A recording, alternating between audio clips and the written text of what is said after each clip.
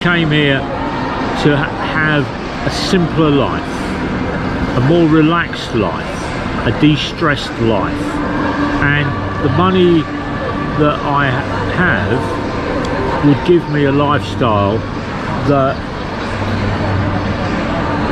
I can live with and within, not a lifestyle that's, I could live, you can live here and you can spend £3,000–4,000 a month. You can spend 300,000 peso a month, but does it give you happiness? Does it give you the life that you want? No, I don't spend anywhere near that. I still keep under the taxation radar of the UK. Very clear in the UK. As long as I don't earn over £12,750 a year, I don't get taxed and I keep away from the radar. Taxman doesn't even know I exist. He's more worried about everybody that's earning £12,000 upwards in the UK.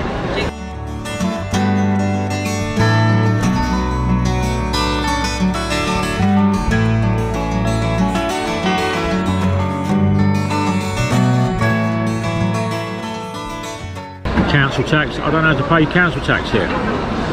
Yeah, my living expenses here have become quite simplified. Between, can I eat? Yeah, I do eat. I come and have my croissants, I come and have my cup of coffee, I eat what I want. Now the benefits for me over the moving here was that I went from 180 kilos, I weigh 89 kilos now. I've lost 100 kilos in 7 years.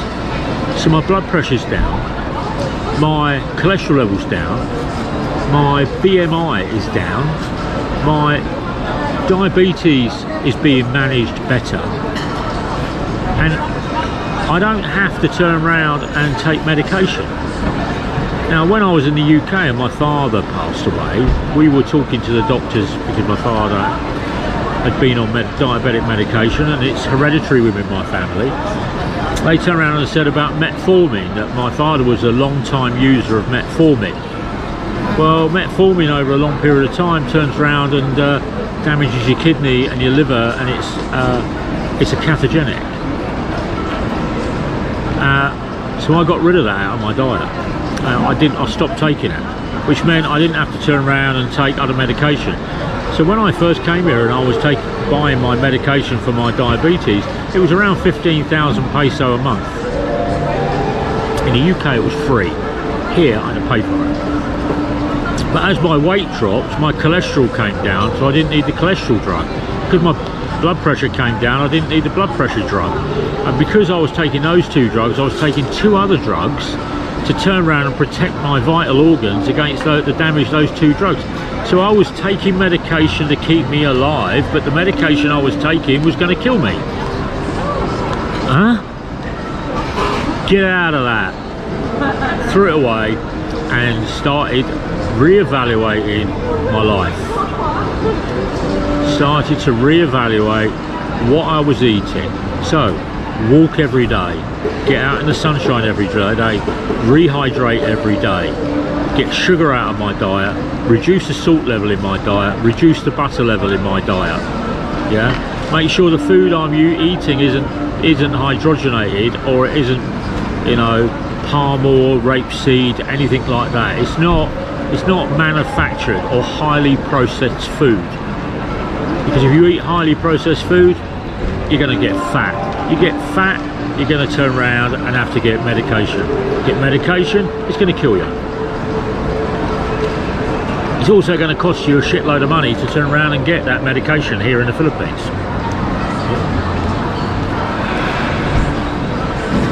So,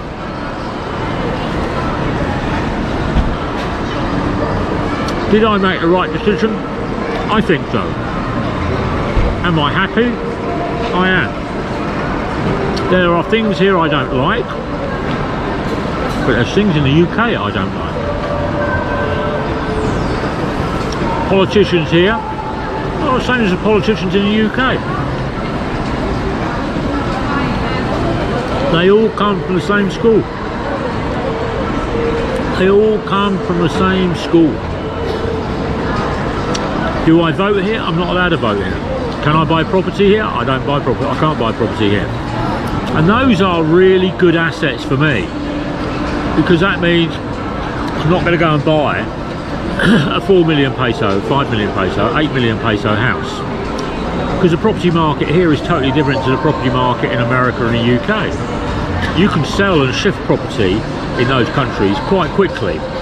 Here it takes you a long time to get rid of property, and the person that's coming around and wanting to buy your property doesn't want to turn around and pay what you're asking, wants to pay half that. So it's not a property-led market here, it's a I can't afford it market. And you have to turn around and understand that if you buy something, it's yours and you have to deal with it. And if you buy a property that's got land either side, somebody could turn around and build a 10-bedroom house or a 20-story condominium next to your property. There are no rules and regulations about what people can do here.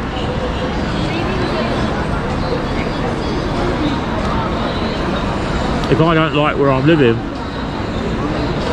I can move. Simpler life. Not a complex life.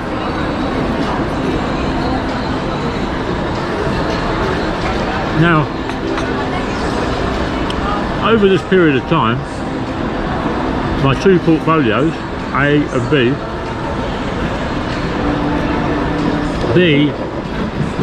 has increased. So all of those pensions that were sitting there dormant for companies I'd worked to, and I'd actually drawn them down and put them into a fund, was working for me.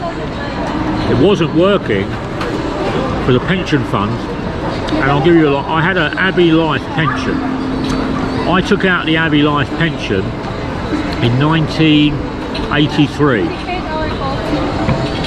and Abbey Life got sold, and I didn't know that, and I turned around and was still paying into that fund. But when I drew that fund down, it was a big eye-opener, because when I had the fund in the 80s, the interest rate on the pension fund was around 10%. Big. When I turned around and drew down the pension fund, the interest rates were 1.3%. So I'd earned the money on the Abbey Life, but the Abbey Life was actually changing and being bought by another company, and that other company was turning around and telling long-term pension holders that they weren't going to be supporting the interest rate. They would turn around and bringing it up to the rate of inflation at the current level. So it meant I'd be losing 9% interest on that fund. So I drew down that fund and moved it into my own fund. That company, that venture capitalist, turned around, lost my money, lost my business, and I moved it into my own fund. Since then, interest rates have gone to 6%, 7%. So I'm happy. And my drawdown pot A, still has money in it for me to turn around and live. When I turn around and get my pension, the money I get from my pension, if it's £800, that will reduce my pot A by £800 a month, which means that investment pot will start climbing by £800 a month, and I still have the same level of living standards. I turn around and look at it every month. When I came here in 2018, the pound was worth 66 peso. Today, the pound is worth 71 peso. It's not a lot. That 71 peso is 5 peso on every pound. So if I move £1,000 over, I'm going to get 5 extra peso to £1,000 each pound. Yeah, it goes up and it goes down because that's what happens on the exchange rate. But because the rest of the world is going through this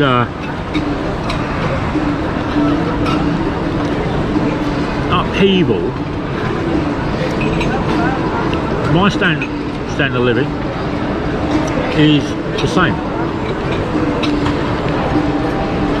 And how I set it up, after finding somebody that wasn't charging me, and the guy I deal with, you'll go, oh yeah, they all charge. Yeah, they do all charge you.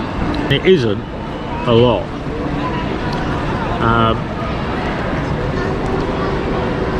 Because it's not a lot, I continue with my management, looking after my fund and my portfolio.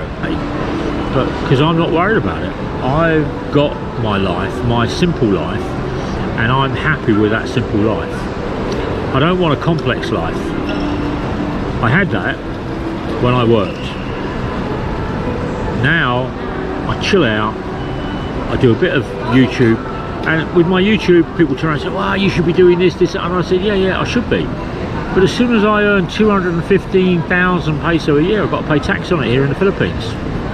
I already pay tax on my YouTube channel to the American government. Yeah, I'm not even American. Yeah, I'm not even living in America. But I still have to make a payment on my Google account to the IRS in the USA. Right or wrong? Do I agree with it? No, I don't. I think they're just a bunch of bloody crooks. Yeah, crooks. And there'll be people that watch this video and they'll turn around and say, oh yeah, but you got to pay for the roads. I don't use the roads.